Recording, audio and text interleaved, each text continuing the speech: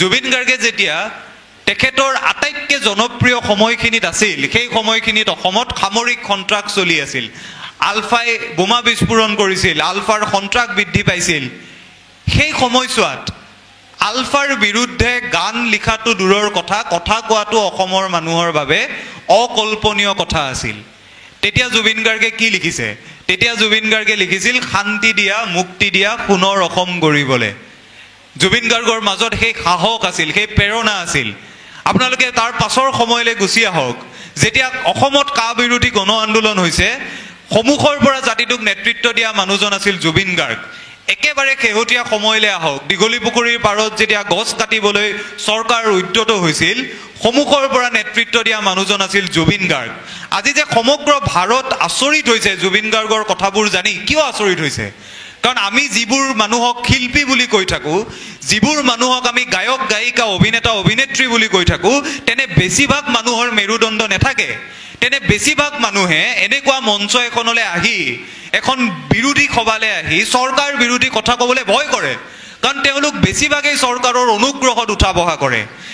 আজি যদি আপুনি ভাৰতৰ একেবাৰে নামী দামী ফিল্ম ছুপাৰষ্টাৰবোৰলৈ লক্ষ্য কৰে, এই মানুহবোৰে কেতিয়াও মানুহৰ কাষত থিয় হৈ চৰকাৰ বিৰোধী কথা কৈ পোৱা নাই। তাৰ ভিতৰত মই ভাল পোৱা আটাইতকৈ মোৰ ভাল লগা অভিনেতাগৰাকীও আছে, আপুনি ভাল পোৱা অভিনেতাগৰাকীও আছে।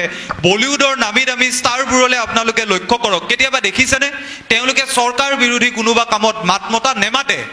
তেওঁলোক সদায় এটা সুবিধাজনক স্থিতিত থাকে। কিন্তু জুবিন গাৰ্গৰ মাজত সেই সাহস আছিল, জুবিন গাৰ্গৰ মাজত সেই বিপ্লৱী সত্তা আছিল, যাৰ বাবে হেজাৰ সমালোচনা কৰাৰ পাছতো তেখেতে কিন্তু মানুহৰ মাজত থাকি অসমীয়া মানুহৰ বাবে মাত মাতি গৈছিল।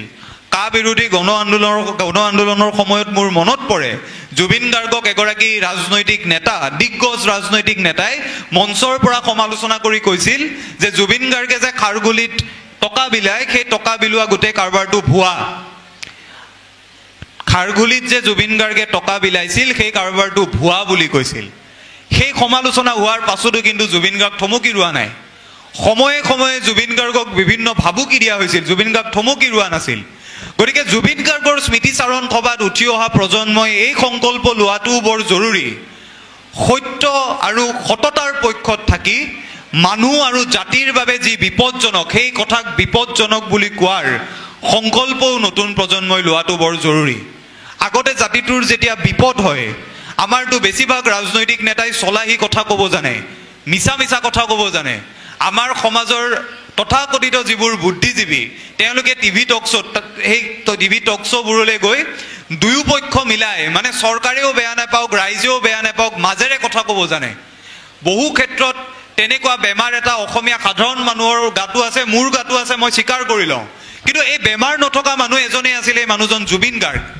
আগতে যেতিয়া জাতিটোৰ বিপদৰ সময়ত চৰকাৰক কোনোবাই সাহসেৰে কিবা এটা কোৱাৰ সময় আহে, যিটো কথা আমি তথাকথিত ভদ্ৰ মানুহ বুলি ক'ব পৰা নাছিলোঁ, কাৰণ আমি ইফালেও মিলাব লাগে সিফালেও মিলাব লাগে, সেই সময়তে সেই কথা কোৱা মানুহজন আছিল জুবিন গাৰ্গ।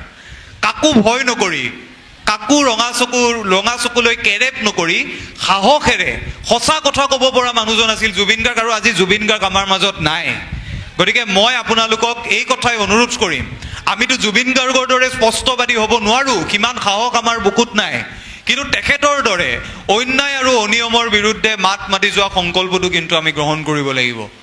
যেতিয়াই আমি অনিয়ম দেখিম, যেতিয়াই আমি অন্যায় দেখিম, যিহেতু আমি জুবিনৰ দেশৰ মানুহ, জুবিন গাৰ্গৰ দেশৰ মানুহ, তেখেতৰ দেশৰ মানুহ হিচাপে, তেখেতৰ জাতিৰ মানুহ হিচাপে, তেখেতৰ অসমখনত আমি বাস কৰা মানুহ হিচাপে আমি এই সংকল্প লোৱাটো বৰ জৰুৰী।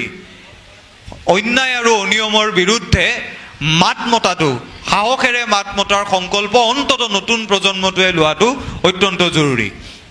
মই ইমানখিনি কথা ক'লোঁ, কিন্তু যিটো কথা চাগে মই প্ৰথমতেই ক'ব লাগিছিল, জুবিন গাৰ্গৰ ৰহস্যজনক মৃত্যুৰ তদন্তৰ বাবে ক্ষিপ্ৰতৰভাৱে তদন্ত আগবঢ়াই নিয়াৰ কথাটো, সেই কথাটো মই ইচ্ছা কৰিয়েই শেষলৈ থৈছিলোঁ।